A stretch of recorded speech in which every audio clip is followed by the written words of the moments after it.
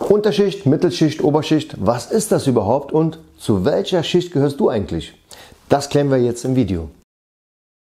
Was sind überhaupt Schichten? Was ist die Oberschicht, die Mittelschicht oder die Unterschicht? Eine allgemein gültige Definition von Schichten, was das bedeutet, gibt es eigentlich gar nicht. Soziologen sagen, Schichten sind Menschengruppen, die ungefähr die gleichen Lebensbedingungen haben. Diese sind dann immer nach ihrer Lebensqualität geordnet. Der wichtigste Faktor, damit man die Schichten eben unterscheiden kann, ist natürlich das liebe Geld. Zwar spielen auch Herkunft und Bildung eine Rolle, allerdings gehört man auch als Hauptschulabsolvent mit einem schönen Fuhrpark, einigen Häusern, einem Swimmingpool und was dann noch so alles dazu gehört, natürlich zur Oberschicht. Während ein Akademiker, der nichts dergleichen vorzuweisen hat, möglicherweise auch noch arbeitslos ist, der gehört dann zur Unterschicht. Es gab schon immer Schichten, auch wenn man damals nicht Schichten dazu gesagt hat. Selbst vor 10.000 Jahren war das schon so. Es gab sehr wenige wohlhabende Menschen, nahezu kaum eine Mitte der Gesellschaft, aber sehr, sehr viele arme Menschen. Im Mittelalter war es dann ganz besonders schlimm. Da war die überwiegende Mehrheit sehr arm. Krankheiten und Armut grassierten unter der Bevölkerung. Nur einige wenige, meistens waren es Adlige, denen war es vergönnt, im Wohlstand zu leben und für die damaligen Verhältnisse relativ gesund zu leben. Aber dann, vor ungefähr 200 Jahren, fing es ja an mit der Industrialisierung und damit auch einhergehend mit dem Wohlstand. Der Wohlstand war jetzt plötzlich für viele Menschen in greifbarer Nähe. Die Mittelschicht wuchs sozusagen, aber auch da gab es noch sehr, sehr viele arme Menschen und die sogenannten Profiteure des Systems, die sehr, sehr, sehr reich wurden. Konnte man damals die Schichten eigentlich wechseln? Das war eher unmöglich. Heute ist das etwas ganz anderes. Jeder kennt das oder hat es schon gehört, vom Tellerwäscher zum Millionär. Was ist aber der Preis für den Wechsel zu einer anderen, zur besseren, zur höheren Schicht? Oft wird von denen berichtet, die das geschafft haben, dass sie sich von dem bekannten Umfeld lösen mussten. Also meistens auch nicht mehr die gleichen Freunde hatten. Manchmal trennte man sich sogar von der Familie. Dass man ein anderes Umfeld bekommt, das ist natürlich völlig normal. Denn man beschäftigt sich ja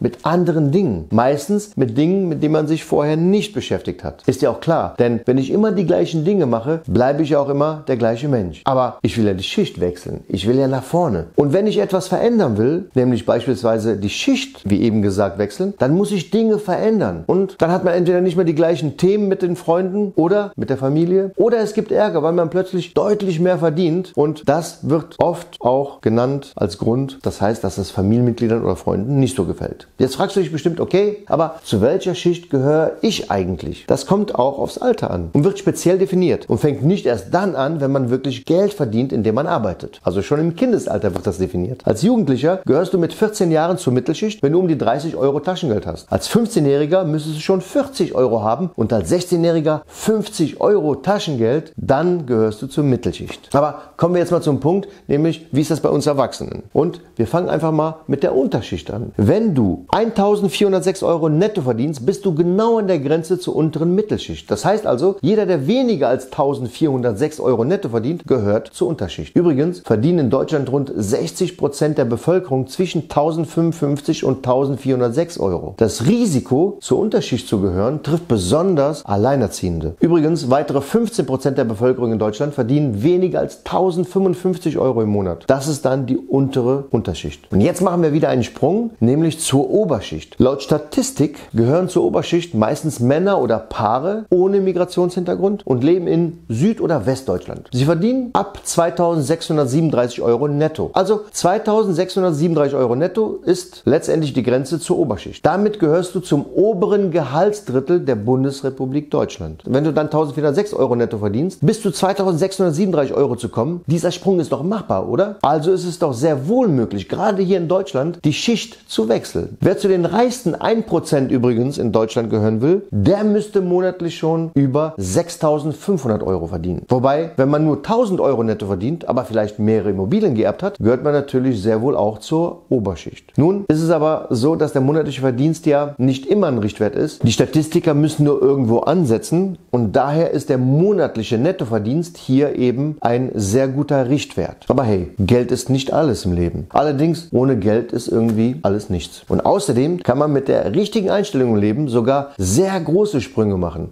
und ganz tolle Dinge schaffen, wenn man diszipliniert ist und wirklich ein Ziel vor Augen hat und das Ziel auch wirklich echt verfolgt. Etwas dazu siehst du zum Beispiel in diesem Video hier oben, nämlich wie du beispielsweise in 10 Jahren wirklich Millionär werden kannst. Weißt du eigentlich, zu welcher Schicht deine Freunde und Bekannten gehören? Wenn du es erfahren möchtest, dann teile doch einfach dieses Video mit ihnen. Ich hoffe, es hat dir Spaß gemacht und wünsche dir die nächste höhere Schicht. Bis demnächst.